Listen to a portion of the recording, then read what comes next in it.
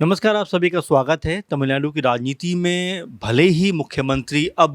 कह सकते हैं शपथ लेने के बाद पूरी तरीके से अपने पद पर आसीन हो गए हों, लेकिन अब यहाँ से उनको फ्लोर टेस्ट के ज़रिए ये साबित करना है कि कितने लोग उनके साथ में हैं, कितनी पार्टियों का उनके साथ समर्थन है। एक तरीके से अब जो विश्वास मत है उसको हासिल करना है, लेकिन उससे पहले एक बड़ा उलटफेर यहाँ पर होता हुआ दिखाई पड़ रहा है। चूँकि तमिलनाडु में हम देख रहे थे कि जब जो विजय हैं उनको जब समर्थन मिला तो उतना समर्थन नहीं मिला कि वो अपने बूते सरकार बना सकें, क्योंकि जो उनको उनकी पार्टी ने जो सीटें जीती वो तकरीबन 107 108 के आसपास थी, क्योंकि 2 सीटों से विजय थलापति जो थे वो चुनाव जीते थे, लेकिन एक सीट उनको छोड़नी पड़ी क्योंकि 2 सीटों में से एक ही सीट आप रख सकते हैं और यहाँ पर उनका जो आंकड़ा था 108 से घटकर 107 हो गया। अब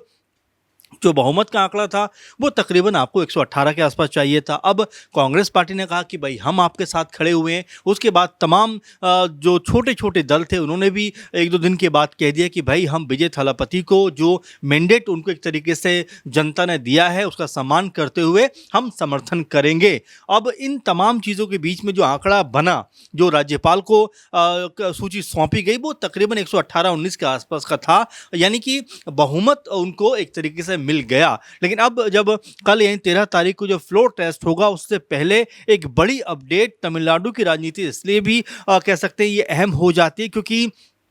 जिस बात को लेकर पहले चर्चा थी कि क्या जो तमिलनाडु है उसके 2 ध्रुव एक तरीके देखा जाए राजनीति के,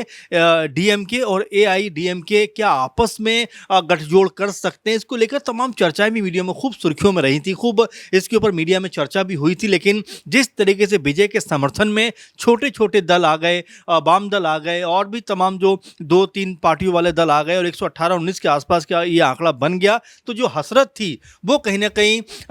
एक तरह के दम तोड़ती हुई दिखाई पड़ी। लेकिन अब जो खबर सामने आ रही है वो ये बता रही है कि क्या तमिलनाडु की राजनीति में कोई बड़ा उलटफेर हो सकता है, क्योंकि खबर ये आ रही है कि विजय का जब कल फ्लोर टेस्ट होगा तो उसमें एआईएडीएमके की तरफ से जो कई विधायक हैं वो यहाँ पर विजय के पक्ष में एक तरीके से कह सकते हैं कि मतदान करते हुए दिखाई पड़ सकते हैं, उनका समर्थन करते हुए नजर आ सकते हैं। खबर पे अगर हम ध्यान करें तो ये पता चलता है कि अब यहाँ से एआईएडीएमके की जो स्थिति है वो यहाँ पर 2 भागों में बढ़ती हुई दिखाई पड़ती है, क्योंकि जिस तरह से कई नेता ऐसे हैं एआईएडीएमके के कि वो कह रहे हैं कि भाई हम टीवीके को समर्थन करेंगे, उनके पक्ष में जाएंगे, और यहीं से सारा का सारा जो माहौल है वो बिगड़ता हुआ दिखाई पड़ता है। अगर आप देख रहे हैं तो उसमें विधायक वेलुमणि हैं और शनमुगन जो कह रहे हैं कि भाई हम विजय की पार्टी को समर्थन करेंगे, बाकायदा उन्होंने घोषणा भी कर दी है। तो इससे स्पष्ट होता चला जा रहा है कि जो एआईएडीएमके की जो एक धड़ा है, एक जो पक्ष है, वो बिल्कुल इस बात को लिए तैयार है कि वो टीवीके को समर्थन देंगे। ऐसा अगर होता है तो क्या आपस का जो एक कोऑर्डिनेशन है क्या वो यहाँ से ख़राब होता हुआ दिखाई नहीं पड़ेगा, और क्या ये भी मानकर चला जाए कि एआईएडीएमके के बीच में क्या कोई बड़ी फूट यहाँ पर पड़ सकती है, क्योंकि 2 बड़े नेता जिस तरह से खुलेआम समर्थन करने की बातें कर रहे हैं, खुलेआम ये कहते हुए दिखाई पड़ रहे हैं कि भाई कल जब फ्लोर टेस्ट होगा तो उसमें हम विजय के साथ खड़े हुए दिखाई पड़ेंगे। और ये कहना अपने आप में महत्वपूर्ण इसलिए भी हो जाता है क्योंकि एक अलग विचारधारा की ये पार्टी है, एक अलग तरह के कह सकते हैं कि बीजेपी की भी सपोर्ट में रही है, लेकिन उसके ही अगर जो लोग हैं, जो विधायक अगर इस तरह की बात कहते हैं कि भाई हम विजय के समर्थन में जाएंगे, तो अपने आप में ये मसला जो है एक अलग लेवल का यहाँ पर पड़ता हुआ दिखाई दे सकता है। क्योंकि हमने देखा था कि विजय का जब शपथ ग्रहण समारोह हुआ था उसके बाद में बड़े बड़े नेता मंच पर मौजूद थे, राहुल गांधी भी मंच पर मौजूद थे, और ये तक कहा गया कि विजय और राहुल गांधी की जो वीडियो थी उसको सोशल मीडिया पर बहुत ज़्यादा लोगों ने देखा, कई मिलियन व्यूज़ उस पर आ गए। और ये भी खबर निकल कर सामने आई कि कई सोशल मीडिया प्लेटफॉर्म पर उस तरह के वीडियो को हटा दिया गया या रोक दिया गया, क्योंकि उस वीडियो को बहुत ज़्यादा लोग पसंद कर रहे थे और तमाम तरह के नाम दे रहे थे, जय वीरू का नाम दे रहे थे, यानी कि इस तरह से दोनों की जो जुगलबंदी थी मंच पे काफ़ी ज़्यादा असरदार और काफ़ी ज़्यादा सहज दिखाई पड़ती थी। लेकिन अब जिस तरह से एआईएमडीएमके ने जो कहा है कि भाई हम समर्थन करेंगे, हम पक्ष में जाएँगे, हम जो विजय का साथ देंगे, तो इससे पता चलता है कि अब जो विजय की जिस तरह से उनकी विजय हुई है, जिस तरह से उनको समर्थन मिला है, जिस तरह से उनकी पार्टी ने पहला ही चुनाव लड़ते हुए एक अलग तरीके का माहौल तमिलनाडु के अंदर बना दिया है, उससे ये बिल्कुल समझ में आता है कि अगर जो विजय को पता था कि भाई ज़मीनी स्तर पर किस तरह से वो काम कर रहे हैं, 2 ढाई साल पहले ये पार्टी बनी है, कोई बहुत लंबा चौड़ा इनका इतिहास नहीं है। और विजय ने, जैसा कि हमने देखा कि फ़िल्मों को भी उन्होंने अलविदा कह दिया कि भाई फ़िल्में मैं नहीं करूँगा, मैं पार्ट टाइम पॉलिटिशियन नहीं हूँ, मैं फुल टाइम पॉलिटिशियन हूँ। और उसके बाद में जिस तरह से उन्होंने प्रचार प्रसार किया, उनकी रैली में लाखों की भीड़ उमड़ के सामने आती थी, उससे लगता था कि कोई बड़ा चमत्कार, कोई बड़ा यहाँ पर कह सकते हैं कि एक कारनामा ऐसा होने वाला है जिसकी कोई कल्पना नहीं कर सकता। और कई जो सियासी जानकार है वो ये तक भी कहते हुए दिखाई पड़े कि राहुल गांधी, अगर कांग्रेस पार्टी एक फैसला करती कि विजय के साथ अगर वो जाने का फैसला करते और अगर 40-50 सीटों पर चुनाव लड़ते तो कम से कम 25-30 सीटें कांग्रेस पार्टी यहां पर जीतती हुई दिखाई पड़ती है। और ये इसलिए भी कहा जा रहा है क्योंकि जिस तरह से विजय की जीत हुई 107-108 सीटों के ऊपर, उसके बाद ये कहा गया कि भाई क्या कांग्रेस पार्टी समर्थन करेगी। और देखिए, कांग्रेस पार्टी ने शुरुआत से ये बात कही कि हम समर्थन देने को तैयार हैं, जबकि वो डीएमके के साथ में चुनाव लड़ी थी और उसको लेकर भी काफ़ी ज़्यादा आपस में कह सकते हैं बयानबाजी का दौर भी देखने को मिला। कनिमोझी ने तो यहाँ तक कह दिया कि भाई हमारी सीटें जो हैं वो अलग कर दीजिए, हम कांग्रेस पार्टी के साथ में नहीं बैठना चाहते। फिर स्टालिन भी ये कहते हुए नजर आते हैं कि भाई जो मैंडेट या जो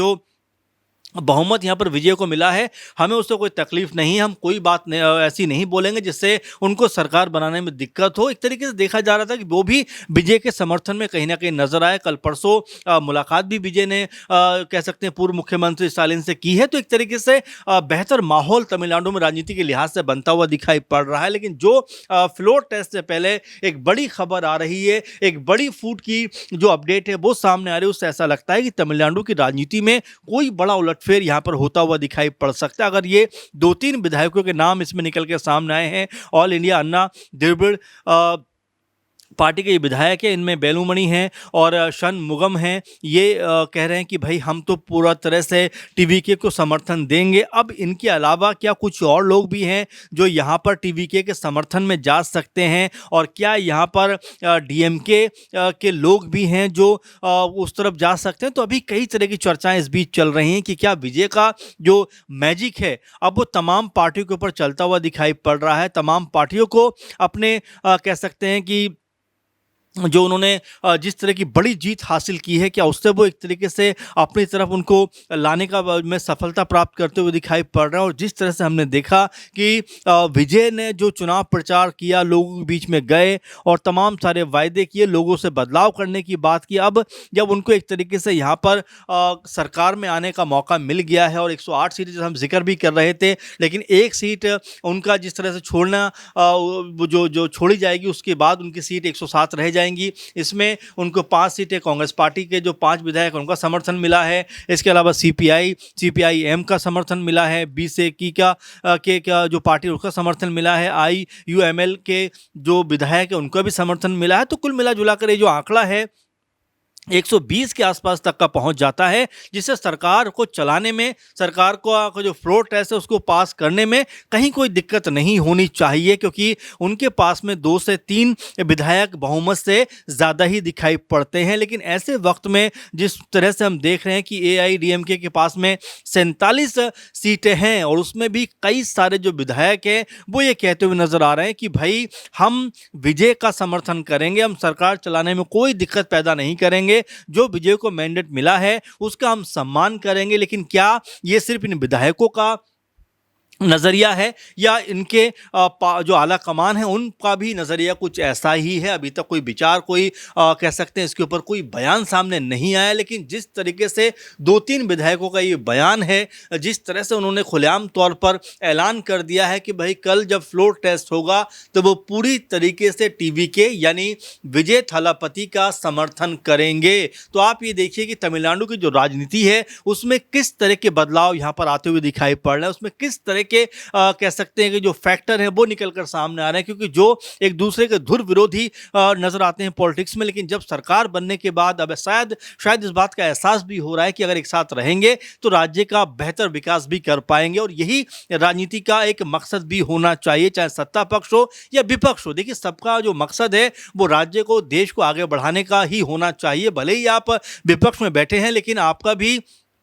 मजबूत समर्थन सरकार के पक्ष में रहना चाहिए और सरकार को भी जो पूरा विपक्ष है उसको साथ लेकर चलना चाहिए। और जिस तरह की परंपरा तमिलनाडु में दिखाई पड़ती है या पड़ रही है, वो एक अच्छा एग्जाम्पल भी साबित हो सकता है देश की राजनीति के लिए भी, जहां पर अगर आपका प्रतिपक्ष है तो वो आपका दुश्मन नहीं है, आपके विरोधी नहीं है। क्योंकि कांग्रेस पार्टी डीएमके के साथ में चुनाव लड़ा, लेकिन उन्होंने देखा कि भाई अगर इनको सीटें कम पड़ रही हैं तो हम समर्थन करेंगे। इसके बाद फिर हमने देखा कई और जो छोटे छोटे दल हैं, चाहे सीपीआई है, सीपीआईएम है, और भी तमाम जो दल हैं, उन्होंने अपना समर्थन देने में कोई भी हिचकिचाहट नहीं दिखाई है। और ये पता चलता है क्योंकि स्टालिन का बयान आना कि भाई हम 6 से 1 साल तक कोई भी सरकार की मुखालफत नहीं करेंगे, हम देखना चाहते हैं कि वो क्या करने वाले हैं, तो ये बताता है कि तमिलनाडु में राजनीति का एक नया कह सकते हैं अध्याय भी लिखा जा रहा है, जहां पर तमाम सत्ता पक्ष और विपक्ष एक साथ मिलकर चलने का प्रयास कर रहे हैं। और इसमें जिस तरह से ऐलान किया गया है कि भाई कल विजय का अगर फ्लोर टेस्ट होगा तो कहीं ऐसा ना हो कि और भी ज़्यादा लोग आकर उनके पक्ष में यहाँ वोट करते हुए, मत देते हुए या अपना समर्थन देते हुए दिखाई पड़ जाए। इस राजनीति को आप किस ढंग से देखते हैं, और क्या विजय के पक्ष में जिस तरह से अब तमाम जो विरोधी पार्टियां हैं वो भी उनके साथ में जिस तरह से आते हुए दिखाई पड़ते हैं, तो क्या इसको उनका प्रभाव माना जाए कि बिना किसी सपोर्ट के, बिना किसी गठबंधन के जिस तरह से विजय ने अपनी ताकत को का प्रदर्शन किया है तमिलनाडु में, तो क्या उसके आगे अब सब नतमस्तक होने का कहीं ना कहीं यहाँ पर जो अपना फैसला करते हुए दिखाई पड़ रहे हैं कि भाई आपने जो सफलता हासिल की है उसको हमारा सलाम और हम आपके साथ ही चलना चाहते हैं। तो किस तरह से आप इसको देखते हैं, ज़रूर कमेंट करके बताइए। और तमिलनाडु की तरह क्या देश के बाकी हिस्सों में भी सत्ता पक्ष और विपक्ष को इसी तरह से मिलकर चलना चाहिए? क्या है आपकी राय? कमेंट करके ज़रूर बताइए।